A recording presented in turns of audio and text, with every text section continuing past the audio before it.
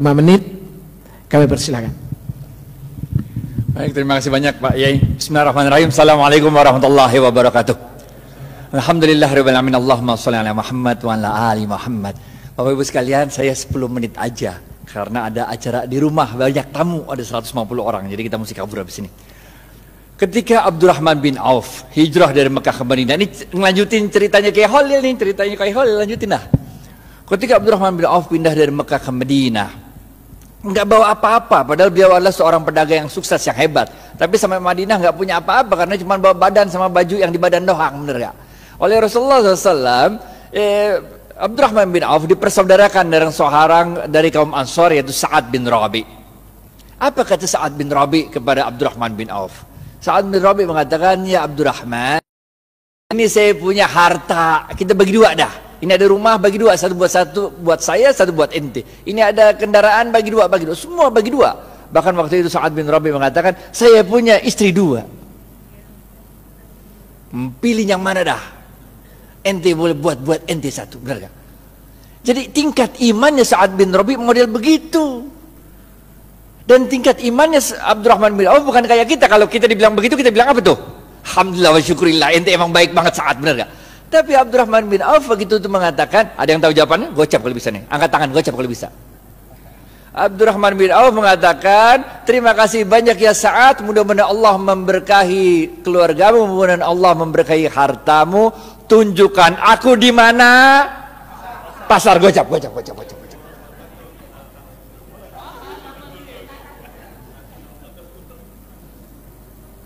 Tunjukkan aku di mana pasar, men. Bener gak?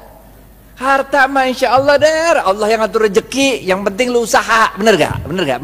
Yang penting usaha. Udah, tunjukin pasar sama Sa'ad, jalan berdua ada tuh. Ngelengkapin kisahnya Kiai Fikri Bareno juga nih. Jalan. Sa'ad nanya, si Abdurrahman bin Auf nanya sama Sa'ad, ini pasarnya siapa ini Ad katanya?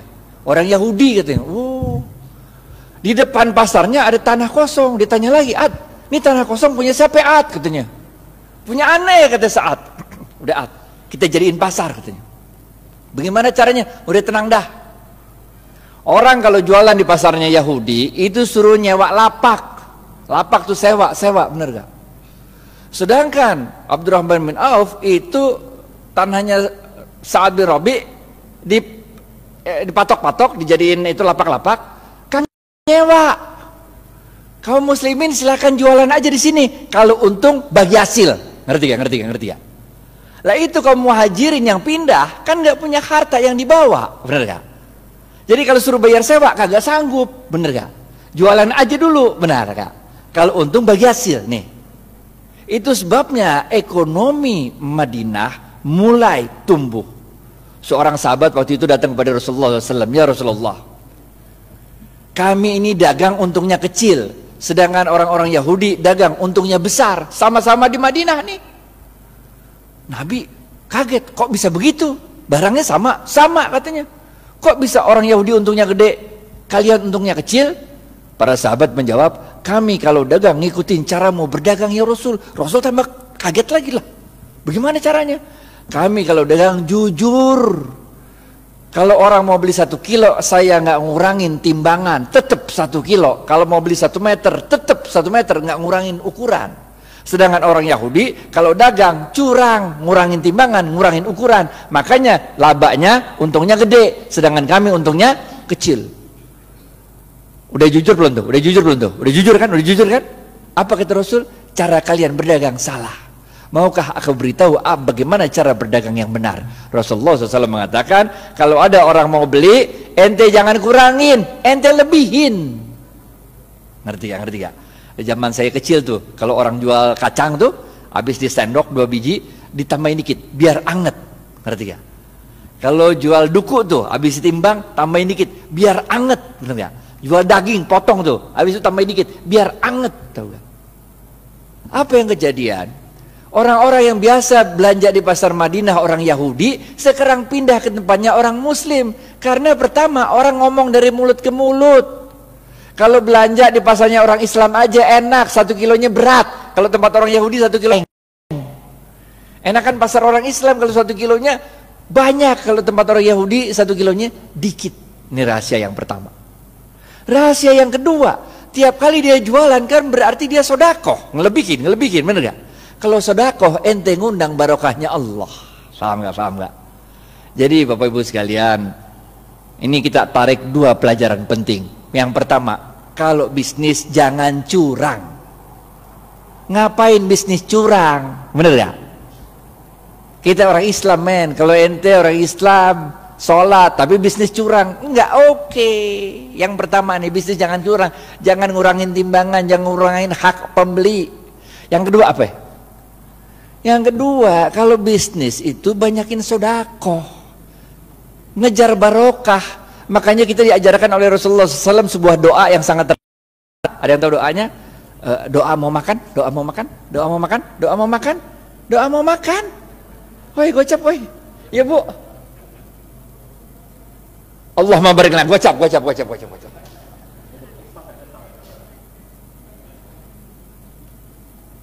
Makanya kita diajarkan oleh Rasulullah SAW, Allahumma barik lana fima rozaktana wa qina azabannar. Wahai Allah, berkahilah seluruh rezeki yang Engkau berikan pada kami dan jauhkan kami dari siksa api neraka. Ini doanya begini nih. Paham gak? Jadi kalau bisnis mau sukses, pertama ente kudu jujur. Tapi jujur aja kagak cukup. Kita juga harus cerdas, harus fatonah, harus tabligh, benar ya? Ente jujur tapi bego, ya udah ente selamat dunia tapi ente senep. Ente harus jujur, dan jangan lupa apa?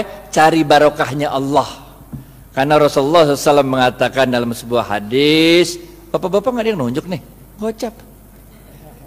Khairun nas anfa'uhum, gocap.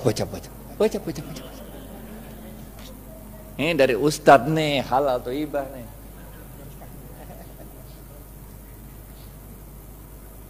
Paham ya? Yang pertama nih, kudu jujur, sidik amanah, sidik jujur kepada Allah. Kalau Allah bilang haram, tinggalin aja dah. Amanah itu kalau dikasih kepercayaan sama orang jangan dirusak, pegang baik-baik, benar gak?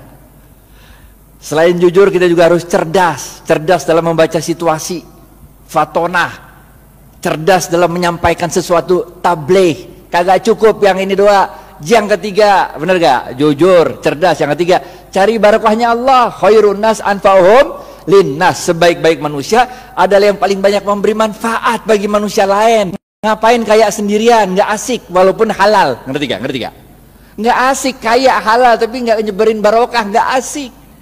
Orang bilang dia kaya tapi pelit, benar gak? Yang keempat, terakhir nih, habis nih. Oke, yang terakhir, keempat. Jangan lupa Rasulullah SAW bersabda, man lam yashkurin nas. Susah ya? Pilihan berganda. A, man lam yashkurin nas lam yashkurillah. B, man lam A atau B? A.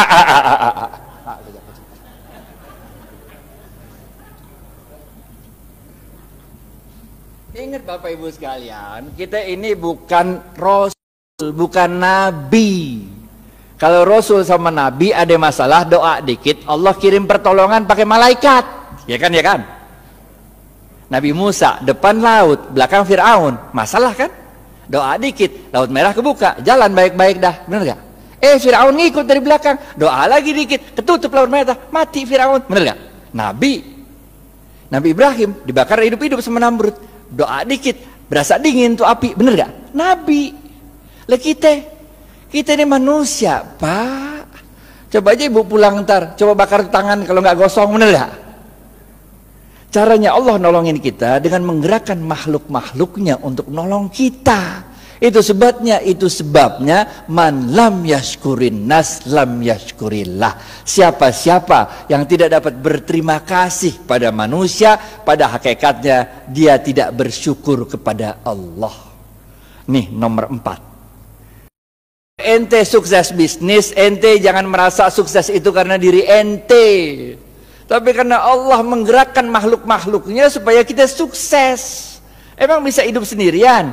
Emang saya bisa nyampe Al-Azhar kalau kagak ada supir yang nganterin kemari? Emang supirnya bisa nyampe sini kalau di rumahnya nggak ada istrinya yang nyetrikain pakaian? Emang mobil bisa jalan sendiri kalau nggak ada yang jual bensin? Bener ya? Man lam yashkurin nas lam yashkurillah. Kesimpulan, habis waktunya nih. Yang pertama, oke? Jangan lupa jujur. Jujur penting. Ada 2 jenis jujur. Kepada Allah namanya siddiq, kepada manusia namanya amanah. 2, cerdas. Ada 2 jenis cerdas. Yang pertama fatonah, faham memahami situasi. Yang kedua tabligh, pandai untuk meyakinkan orang lain. Yang ketiga apa? Khairun nas anfa'uhum linnas. Bisnis itu jangan cuma mau cari untung, tapi bisnis itu harus memberikan manfaat banyak-banyaknya orang. Bener ya? Yang keempat, jangan kita yang merasa bangga kesuksesan bisnis itu karena kita doang. Kita harus terima kasih sama orang-orang lain. Karena man lam yashkurin nas lam yashkurillah. Siapa-siapa yang tidak dapat berterima kasih pada manusia, pada hakikatnya dia tidak dapat bersyukur kepada Allah. Maka dalam tempo yang singkat, dominasi ekonomi Yahudi di kota Madinah dapat dipatahkan oleh kaum muslimin. Bagaimana dengan kita di Indonesia? Nanti kita serahkan ke Khalil Ridwan untuk yang membahas. Pokoknya nggak usah nunggu kita sempurna dah. Yang bisa jalanin gitu aja dah. Karena kaidah fikihnya berbunyi ma la yudraku kulluhu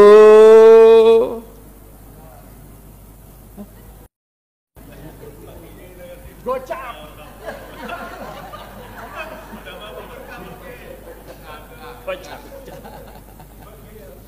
Ma la yudraku kulluhu la yudraku kulluh. Kalau engkau tidak dapat melakukan kebaikan itu 100%, jangan engkau tinggalkan kebaikan itu 100%. Jangan nunggu sempurna baru kita lakukan. Lakuin dulu, nggak usah nunggu tajwid, makhraj sama tahsinnya bener. Jangan nggak usah, sholat aja sholat, benar kan? Nggak usah nunggu kita sempurna baru kita jalan, nggak usah, jalanin aja dulu dah.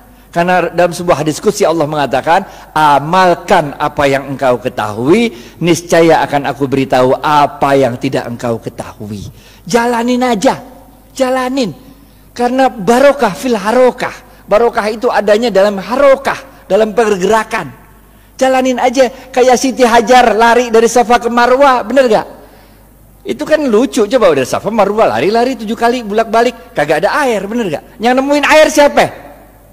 Ismail. Yang capek lari siapa? Hajar. Nggak penting men siapa yang nemuin air, bener gak? Yang penting inna sofa wal marwata min sa'airillah. Dicatat sama Allah usahanya Hajar itu, dicatat sebagai min sa'airillah, tanda-tanda kebesaran Allah. Nggak penting kalau kita usaha tuh bahwa kehebatan usaha kita itu dinikmati oleh kita, nggak penting. Bahkan ketika besok pun mau kiamat, kalau punya bibit lu tanam, ngerti ya?